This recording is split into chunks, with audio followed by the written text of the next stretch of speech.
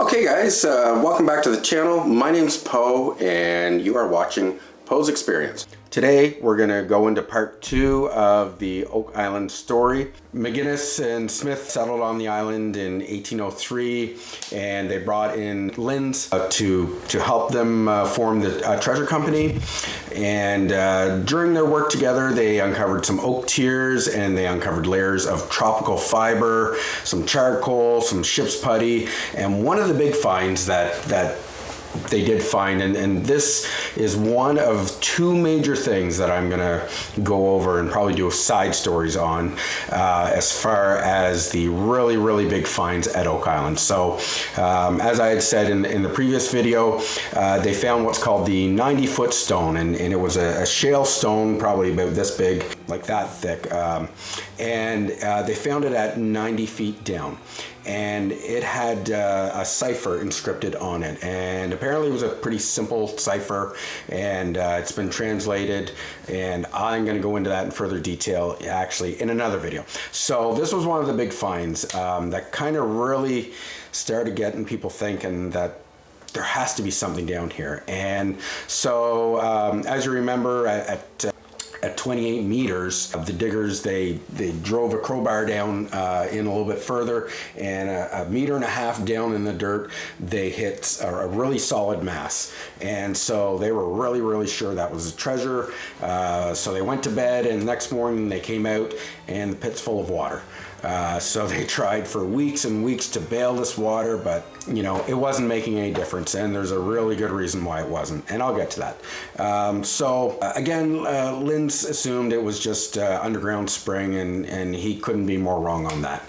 The next year, what he did is he hired miners to dig 33 meters down, just off to the side of the money pit, and then he began boring towards it. And again, when they were just a meter away from that, it flooded again. And so basically these guys are scrambling for their lives. Nobody was killed, but gallons of water burst through, and the shaft really quickly filled up, just like the money pit. So picking it up from there, Linz he's beaten and pretty much broke, and so he throws in the towel. He gives up. Daniel McGinnis, the original boy who discovered the money pit, he passes away around this time.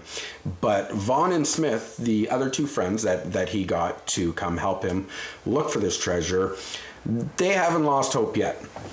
So in 1849, they take another stab at the money pit, and they join a syndicate from Truro, and the results they got were absolutely unbelievable.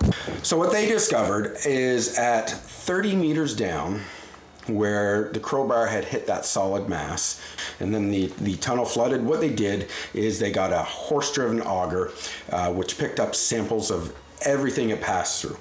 And what they found was the following. So it pierced through a spruce platform, okay, of logs or some sort of boards or some barrier there made of spruce, and then it dropped through an empty space, and then it cut into 10 centimeters of oak and then 59 centimeters of metal pieces. Now this is really intriguing because, you know, they're 30 meters under the ground, you know, in the middle of nowhere, just off the coast of Nova Scotia back in 1850, and this auger has picked up 59 centimeters of metal pieces. It's not disclosed what kind of metal pieces, but, you know, we're assuming that it probably would have been from a chest. It wasn't gold or any precious metals that they picked up in that. However, it also went through another 8 centimeters of oak, and then 22 centimeters of more loose metal, another 10 centimeters of oak and spruce, and then it hit deep clay.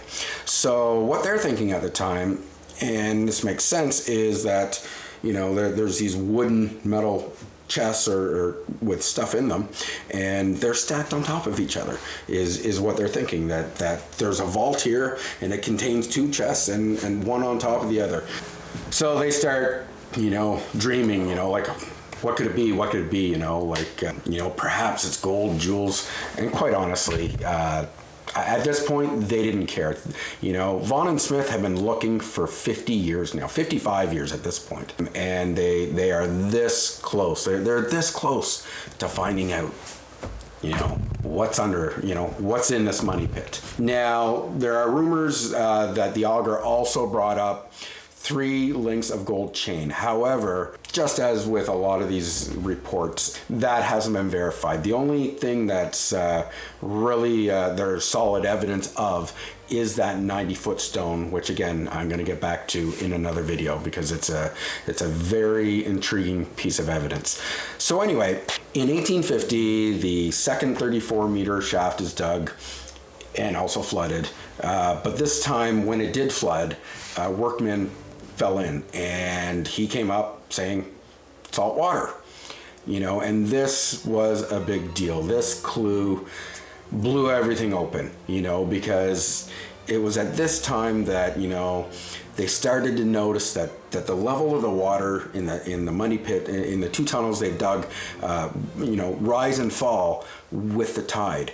And, you know, Vaughn starts putting, you know, it starts jogging Vaughn's memory, and he's thinking, you know, years before, I know, you know, when I was, you know, looking down at Smith Cove, which is about 150, 160 meters away from the money pit, sandy beach, and he remembers that years ago, you know, I saw water gushing down on the beach on Smith Cove, and just at the time he never gave it another thought. I don't know if the tunnels hadn't flooded at all then, or just he hadn't put it together, but either way, this light bulb goes off, and he's like, you know, holy shit, man, you know, like what, you know, so all of them stop, and they're like, we got to investigate this. So they move all their efforts down to the beach, and they start stripping this beach, the sand away from the beach.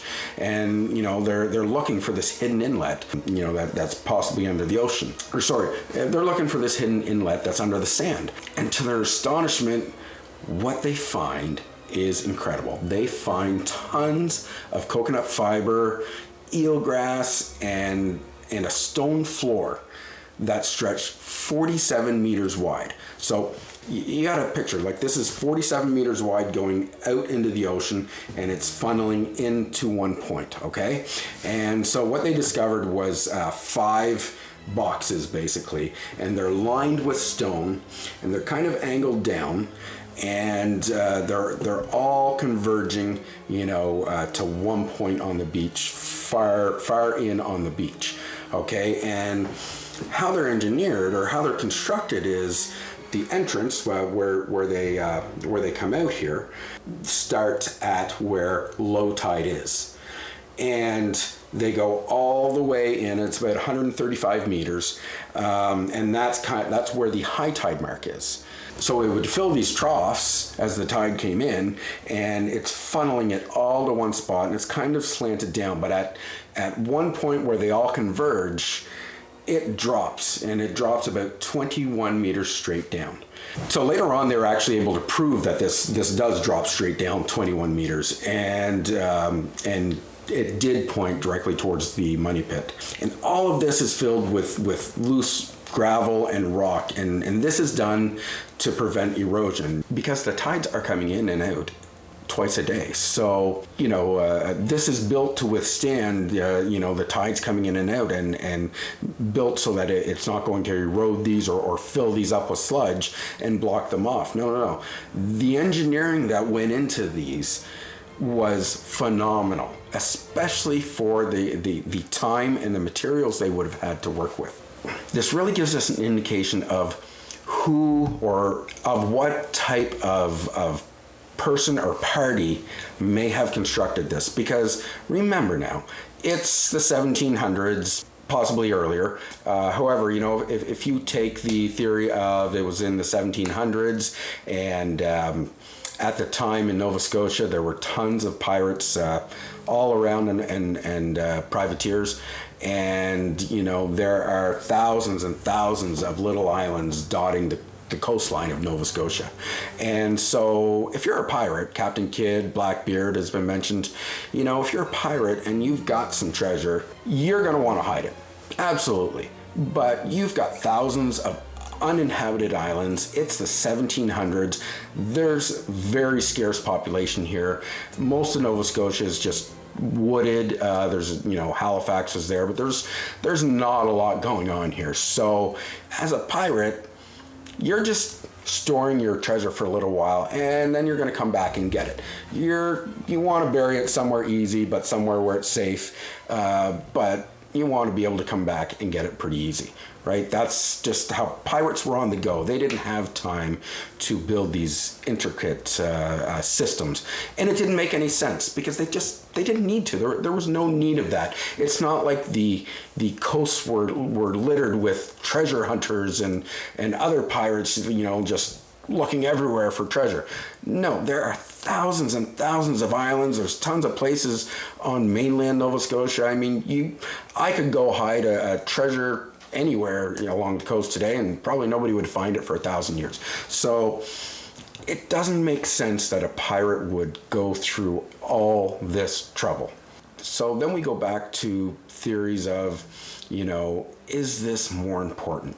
Was this a bigger deal? Was there more people involved in this? And my answer is a simple yes. And many of the other treasure hunters will absolutely agree with this, that whoever did this, it's bigger than just some pirate's treasure. The engineering that would have gone into, and the labor and the time and the thought that had to go into this whole system, because you got to think they built this trough so that the water would come down, and so it drops off, and the tunnel goes towards the money pit, and so it would have been dug all the way basically towards the money pit, and it would have come out, a few feet above the money pit, or a few meters, whatever, but it would have been plugged. Let's say the last 2-3 meters would have been plugged. They would have just left the dirt in there, and that will never break because they have the pit. They've buried the treasure in the pit, and it's full of dirt. So there's no way that water can get through. However, when you start digging down in this pit and you uncover that part where there's just that 3 or 4 meter cork, you've got the weight of all the ocean coming down through this tunnel, this drop of 21 meters, angled right there.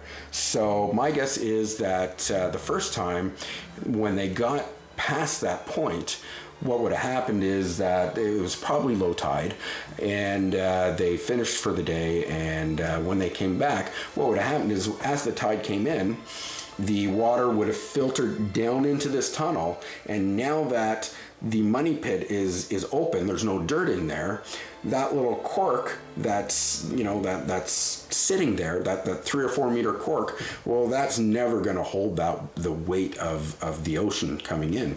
So that would have easily burst, and that's what would have filled the money pit. Absolutely incredible and really intriguing, the thought that had to have gone into this.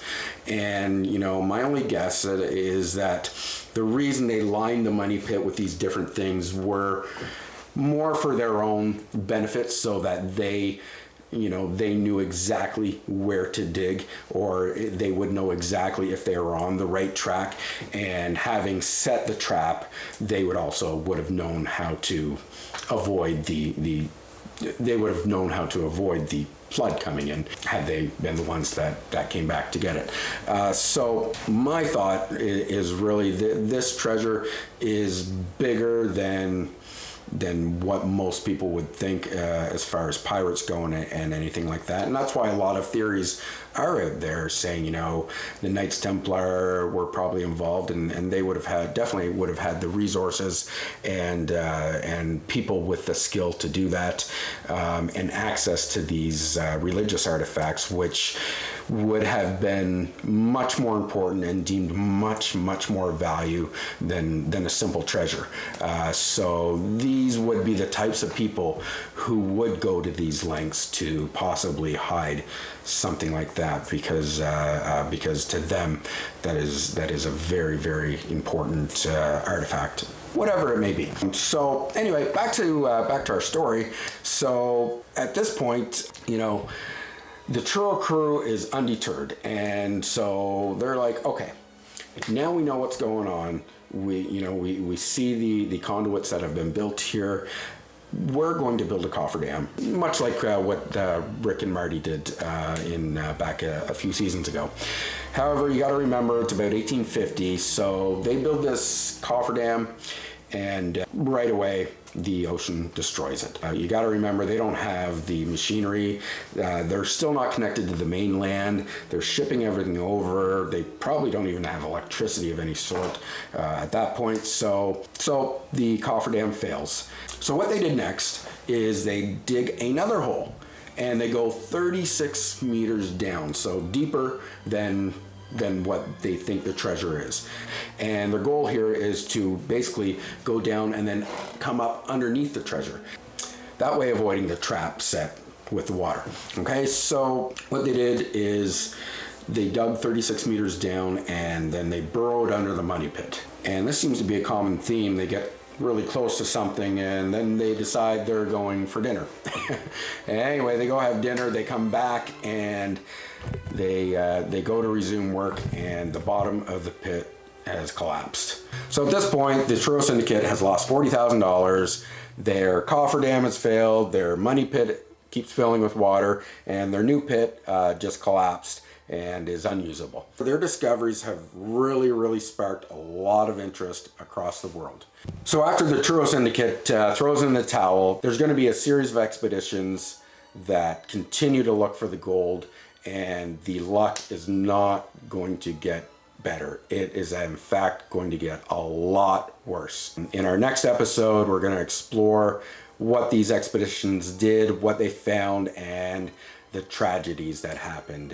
In our next episode, we're going to talk about the first treasure hunter to die by the hands of Oak Island. So thanks for watching, guys. I really appreciate it. I hope you guys tune in to the next episode when we do explore, you know, the first death on Oak Island. As well, before that, I'm going to do a little side episode on the 90-foot stone. It's a really interesting story, and this is one of the things on Oak Island that is rooted in fact.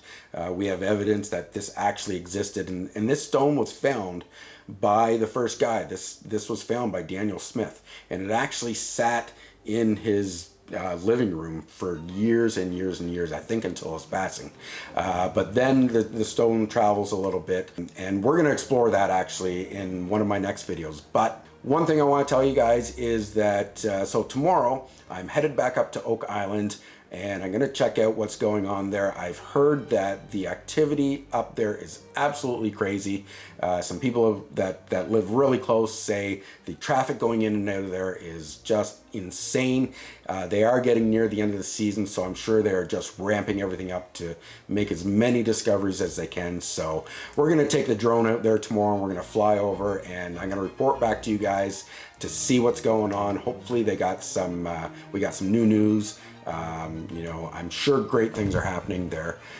So we will continue with the sneak peeks, and that should be dropping sometime early this week. The other thing I want to say is I'm pivoting this channel more to tell stories of Oak Island to begin with. There's actually quite a few stories that we can explore, and if there's anything specific about Oak Island or the history of Oak Island or anything or any stories that you would like to know more about, please drop a comment below, and I'll do my best to find out what I can about the subject that you're specifically interested in, and I'll see if I can do a story on it.